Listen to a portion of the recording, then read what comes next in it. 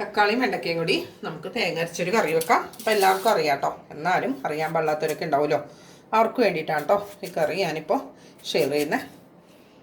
അപ്പം ഞാൻ 3 തക്കാളി എടുത്തിട്ടുണ്ട്. ഇതുപോലെ ഒന്ന് ചെറുതായി അരിഞ്ഞിട്ട് കൊടുക്കാം. 4 പച്ചമുളകും ചേർക്കുന്നുണ്ട് കേട്ടോ. ഞാനിവിടെ കാശ്മീരി മുളകാണ് അധികം ഉപയോഗിക്കുന്നത്. മറ്റേ മുളക് ഞാൻ ഉപയോഗിക്കാറില്ല, സാധാ മുളക് പൊടി ഉപയോഗിക്കാത്തത് കൊണ്ട് ഞാൻ പച്ചമുളക് 4 ഇടുന്നുണ്ട് കേട്ടോ. 1 ടീസ്പൂൺ മുളക് പൊടി ചേർക്കുന്നുണ്ട്. 1 ടീസ്പൂൺ മഞ്ഞൾപ്പൊടിയും ചേർത്ത് കൊടുത്തിട്ടുണ്ട് കേട്ടോ. അപ്പോൾ ഈ കാലം ഞാൻ ഇൻഫ്രാറെഡിലാണ് കേട്ടോ വെക്കുന്നത്. അപ്പോൾ ഈ കാലം വെക്കുന്ന സമയത്ത് ഞാൻ ഈ ഒരു സ്റ്റാൻഡ് ഇതിൽ വെച്ച് കൊടുക്കുന്നുണ്ട് കേട്ടോ. സ്റ്റാൻഡ് ഇങ്ങനെയല്ല വെക്കുന്നത്, ഇങ്ങനെ ആട്ടോ വെച്ച് കൊടുക്കുന്നത്. എന്നിട്ട് നമുക്ക് ഈ കലം എടുത്ത് സ്റ്റാൻഡിൻ്റെ മുകളിലേക്ക് വെച്ച് കൊടുക്കാം. മംഗലമൊക്കെ വെക്കാം കേട്ടോ. ശരിക്കും ഗ്യാസിൽ വെക്കുന്ന പോലെ തന്നെയാണ്.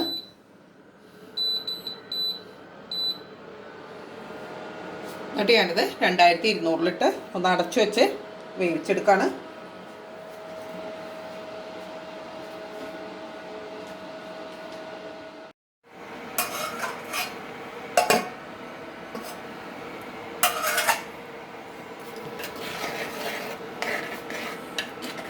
തക്കാളി അപ്പോൾ അതേ വെന്തുകൊണ്ടിരിപ്പുണ്ട്. അപ്പോൾ ഇനി നമുക്ക് വെണ്ടക്ക ചേർത്ത് കൊടുക്കുക. 5 വെണ്ടക്കയും കൂടി ഞാൻ ചേർക്കുന്നുണ്ട് കേട്ടോ. ഒരു ചെറിയ തേങ്ങയുടെ 1 മുറി തേങ്ങ, 5 ചുവന്നുള്ളി, 1 പച്ചമുളകും കൂടി ഞാനിതിൽ അരച്ചെടുക്കുന്നുണ്ട് കേട്ടോ. നമ്മൾ കടകളിലൊക്കെ പോയി ഒരു ഊണ് കഴിക്കുമ്പോൾ അറിയാൻ പറ്റുള്ളൂ നമ്മുടെ വീട്ടിലുണ്ടാക്കുന്ന ഊണ് എത്രയോ നല്ലതാണ് കേട്ടോ. കഴിഞ്ഞ ദിവസം ഞാൻ കടയിൽ പോയി ഒരു ഊണ് കഴിച്ചായിരുന്നു, ഒന്നിനും കൊള്ളില്ലായിരുന്നു കേട്ടോ. നമ്മൾ ഉണ്ടാക്കുന്ന കറികളൊക്കെ എത്രയോ നല്ലതാണ്, അപ്പോഴാണ് നമുക്ക് മനസ്സിലാവുള്ളൂ.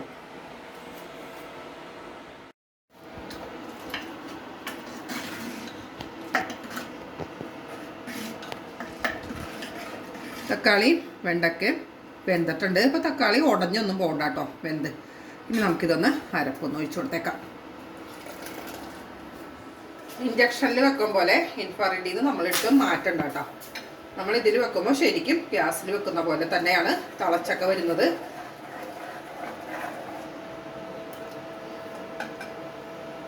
ഇതിലേക്ക് ഞാനൊരു താളിപ്പ് എടുത്തിട്ടുണ്ട്. കടുക്, ചുവന്നുള്ളി, ഉണക്കമുളക്, കുറച്ച് മുളക് പൊടിയും കൂടി ചേർത്ത് വെളിച്ചെണ്ണയിലൊന്ന് താളിച്ചെടുത്താണ് കേട്ടോ.